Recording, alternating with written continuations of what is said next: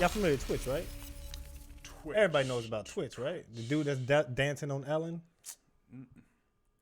I mean, I'm out the game. Don't man. nobody know. I mean, I'm back in the game today. No, Actually. I'm only saying it like because it was a recent story. Okay. Well, Twitch was a dancer on Ellen.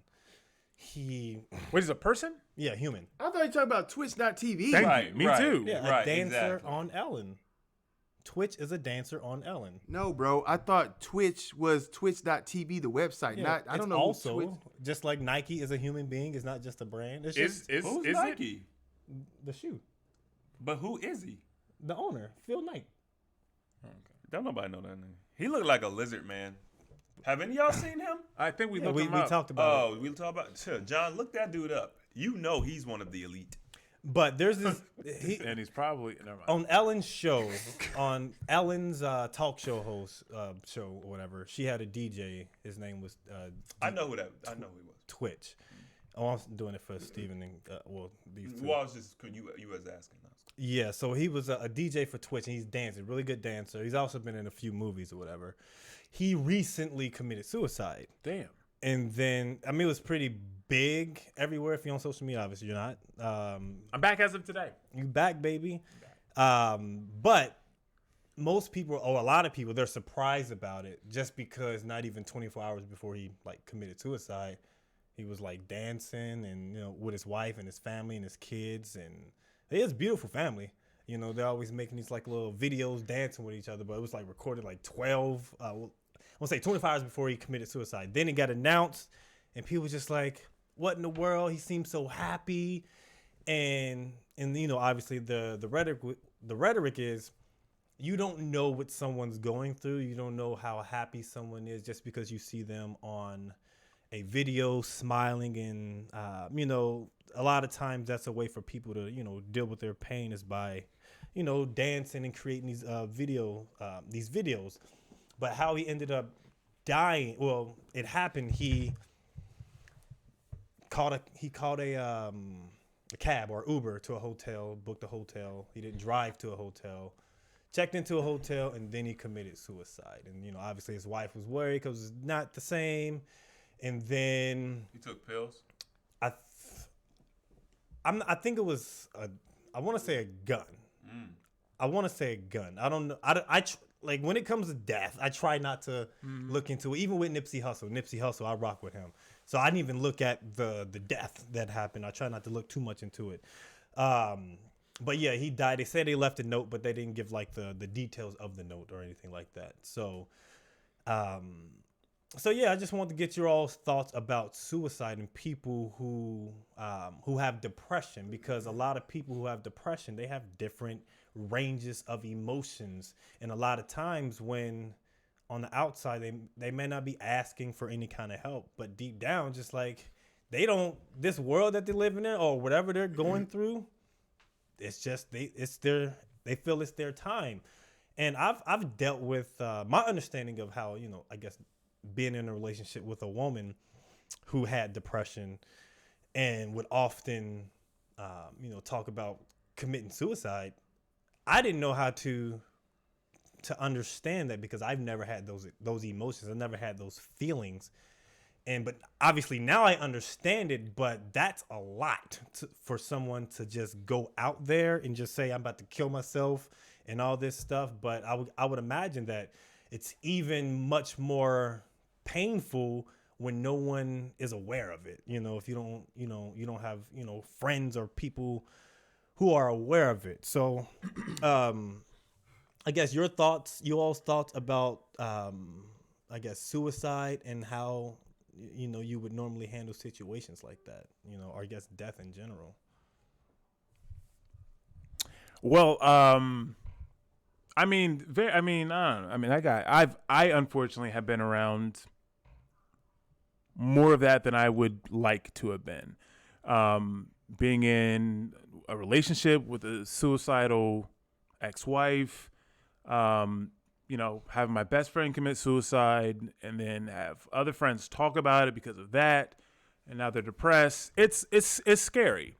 And at those times, I didn't know how to process any of that. I've never personally been depressed in that way. And so I have obviously empathy for, for people that deal with depression, because it's a real thing. And I think that's important to, you said something very important. People don't say anything or they don't know.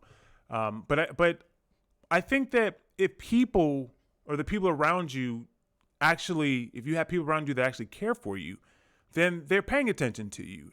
And there are signs and signals, but a lot of times we just don't see them because we're dealing with our own issues. But I mean, overall, man, it's sad. And, I think that now in life, it's becoming more acceptable for people to talk about these things and get help and just talk about it. But especially in the black community with black men, we don't talk about it. And I think that depression or people feeling depressed is also part of the reason why there is so much obesity in the black community, because there's so much trauma that's passed down from child to child or from adult to child, and it just gets passed down. And people don't know how to deal with it. They just, of course, use food to then process those emotions. They use food to process their depression or cope with their depression. I recently just finished watching The Sopranos, and there's everything I watch now, I see things differently. And one of the things that I noticed, which I'm sure it was intentional or maybe it wasn't, there was a constant throughout that show, was that they used food to manage emotions. I mean, it was the most glaring thing that for me watching that show. Anytime that Tony was angry, he would eat. He'd come down from the kitchen. He'd rummage through the refrigerator. Anytime him and his son would have a big argument or they would try to make up or try to have some sort of connection, he would bring in pizza. And it just goes to show that people connect with food and other things in certain ways, and they also use things to deal with depression. I just wish that we talked more about how to cope with our emotions, and if we learned how to deal with those things, then I believe that at the end of the day there would be less people that dealt with depression, because they would be able to understand how to deal with how they feel. But it sucks overall. What do you think about it, Jonathan? What are your thoughts about it?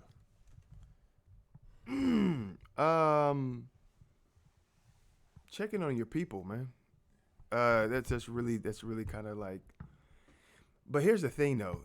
You can't just, oh, you good? Like, yeah, I'm good. All right, bet. And then taking at face value.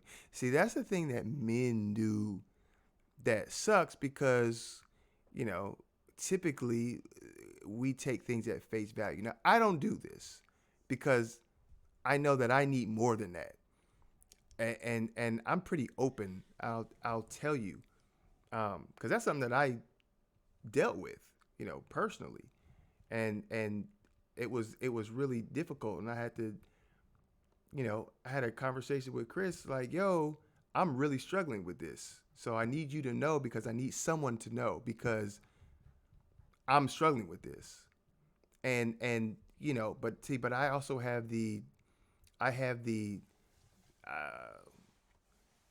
I'm not going to be afraid to say, hey, I'm struggling with this, because that's the thing that keeps you alive. That's the thing that keeps people checking on you, because it's just like, even in the throes of depression, I was still able to be authentic and honest and say, hey, I'm struggling, so please don't forget about me, because I don't know exactly how I'm going to get through this or how to get through this. So just know. But it would be easier in mass for that to happen if people were genuine or could offer, a modicum of their attention, like they do for social media and all these other things that really don't have any real meaning, just to give that to their people every now and again. And not just to say, hey, are you good? Okay, great. But to actually listen, like, hey, are you good? You don't seem good. You seem different. You seem distant. You seem quiet. I've noticed you've been gaining weight, and, there's things going on. I noticed you've been eating like this and you don't normally do that. I noticed that you've been staying up till 6, 7 in the morning. You can't sleep. I've noticed all these things, but it takes a certain, and I get it. You know, we all have other stuff going on. Like, I get that. But it's like being selfless enough to step away from what you got going on to check on somebody else who might need you. Like, you know, I've heard so many stories or read so many stories about, oh, I went to school with this boy and you had no idea, but that day I was going to end myself, and you were the only one that was kind enough to me, and it made me want to stick around. And now I'm telling you this 10 years later, when I can tell you that what your words meant to me that day. Just like, you know, just giving a damn about someone else just long enough for them to get something off their heart that they may have been holding on to. And it's just like, it's not hard to do it. People just they have their heads shoved up their ass so far. It's just like, just look at other people for once. It's okay. It's okay to take things outside of yourself and just look at someone else just for a moment and just like, what do you really see? But, you know, again, they want you down. They want you down on these phones, and they don't want you looking up. So, yeah, it's a tough thing. Now, I mean, I honestly look at death a little differently now because I look at it from the perspective of us being spiritual beings, and then therefore we are eternal. Like, these bodies are temporary, no matter what it is. And so, you know, I know that we have. What I'm learning is we have exit points in our lives, and it's just like there are times where, you know, any close call. I'll give you a perfect example. I was driving home from Phoenix the first time before I moved there, and on my way back, I couldn't sleep that night. I went and got a hotel, couldn't sleep. I'm just like, well, if I can't sleep, then I might as well just get on this road. I mean, I just got a hotel, laid there for like 5 hours, so I get on the road. Was the bed comfortable? Yes, it was on the Air Force base, so you know they bougie in the Air Force. Oh, okay. They charged me like $90 for the room for the night. I'm just like, bro, really? Y'all see my military? I'm wiping up my Army ID like this. Yeah, that'd be $90. It don't work. It don't work here. It don't. Army not good enough. It don't work here. So I'm like, okay, cool. So I start driving on the road. It's like 7-8 hours into the drive, and I'm exhausted. I'm tired. And as I'm driving, I'm literally falling asleep. Like I'm falling asleep to the point where I'm just like, I'm falling asleep. And I remember just waking up all of a sudden and my car's just swerve. And I'm just like, what is going on? Now my silly self had to laugh at it because I'm just like, bro, this is terrible. Because I was looking for a rest stop because I knew I was tired. But I tried to sleep the night before and my body wouldn't let me. So I woke up, you know, I knew there was nobody behind me, even though I was sleepy. And there was only a 18-wheeler like 7 car lengths in front of me. So there's nobody in my immediate vicinity. So I, you know, pull over to the next thing that I could. And then I'm sitting there now able to actually sleep. And then my body wants to keep me awake. I'm just like, I was literally falling asleep while driving. And now you want to keep. So it's just like, point is like, there's exit points. There's I was good. Oh, you was about to exit, nigga. You was good. You was about to exit. Yeah, you was about to. Well, be on the Bone Thugs and Harmony, walk up, eyes turn black. Oh my gosh. You know what I mean? See you at the crossroads. You almost crossed the road, man. Almost. But I wasn't the thing is I wasn't ready to go. That was an exit point for me. Right. A potential. And everybody has them. Right? Everybody has them. I know. Everybody has them, but I was just like, no, I'm not. My work ain't. Not today. Not today. Not today. Not today. Not ready. So. I actually had a situation like that too. Y'all probably know the story. I fell asleep on the way home. It's the first time I ever played Xbox Live. I was playing Call of Duty or Rainbow Six 3. I was up all night. I was up for over a day because I've been playing that game and fell asleep on the way home trying to get ready for work. But I ran into a tree. So I didn't know about you this. ran into a tree? I don't remember. oh this. my God. See, Chris always tells us stuff. I've never heard this story. You're the most secretive dude in the world. I've never heard that. It was like a spruce tree. Oh, it was A tree is a tree. I mean, it's a tree. It messed up the car a little bit. I mean, I guess it wasn't an oak. I mean, if it was a banana tree, it And wouldn't when the mess great up that Deku much. tree. It was a 200. Shut up. We know that. What? Cause that. But yeah, when you wake up, you just swear. Like I was driving fine, and then I woke up, and then I was like, oh, like it was weird. But yeah, depression is a major problem. That's real. But because we make it a major problem, we have the ability to give it a lot of fuel, and we do. It's not that it's not an issue. It's that we allow it to be a much bigger issue than it has to be. Andrew Tate has a very interesting outlook on depression, and he believes it stems from essentially not being the best version of yourself, or at least not in the pursuit of the best version of yourself.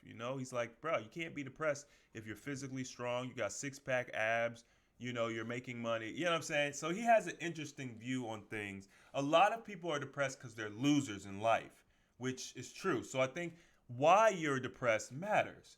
And it's interesting when you think about like this guy with Ellen, because there's a lot of interesting things that people have said about Ellen and some of the stuff that she's been into.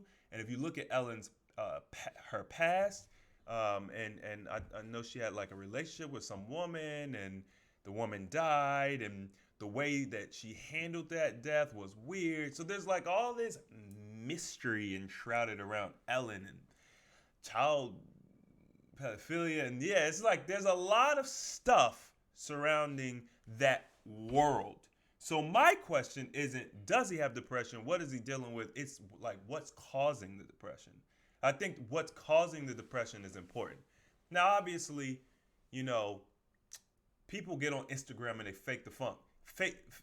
People get on their Facebooks and they are the happiest couple in the world. They just got finished chewing each other out, but they'll get together and fake these little Christmas pictures, which is why I don't even look at people's pictures and stuff. It's nothing. It's fake. It's all TV. The fact that we trick ourselves into thinking that social media is real life. It all started back when we started watching those reality TV shows. And it's like, yeah, this is reality TV. It's real life TV. Like, there is no such thing. There's no real life TV. It's all an entertainment. It's all, you know what I mean? But I would be curious to know what is causing this depression. Like, was he involved in something really, really nasty that he shouldn't have been in? You mean like some kind of like conspiracy or Scandal. just Not necessarily a conspiracy, but you know what I'm saying? Like when you're around people in that world, Hollywood. See, I don't think enough emphasis is put on that world. Yeah, yeah. Okay, every day. See, what we're trying to do is compare depression that we experience as everyday people to their depression, and I think it's at two different magnitudes. You know what I'm saying? The majority of men are depressed because they're losers and they don't have a girlfriend. That's a whole different type of depression from a guy who's seen stuff that he can't talk about. Something happened to some child or something, or his family being threatened in some capacity. Like, it's different levels to it. You know what I mean? Like, I'm just thinking, like, what if he was trapped between a rock and a hard place? Somebody was trying to get him to do something unethical, or else we're going to do something to your family. Like, what would that drive a man to do? It might not just be as simple as, oh, he's just having a hard life. Yeah, you know what I mean? Or he's just going through an episode or something. Yeah, people can get squeezed out. Like, I'm just expanding the conversation because I think we're automatically gonna think, oh, his wife is they're arguing, they're having marital issues and stuff. No, that's normal stuff. Maybe, or maybe not. Maybe they were happy. Maybe he did it as a way to protect his family in some sense. I don't know. I don't know. I'm just throwing it out there. I like to think outside the box, but obviously in any scenario, it's terrible to see something like that happen. Whether you're abusing drugs, whether it is just simply life is rough, or whether you're being squeezed and blackmailed or whatever the case may be, it's terrible.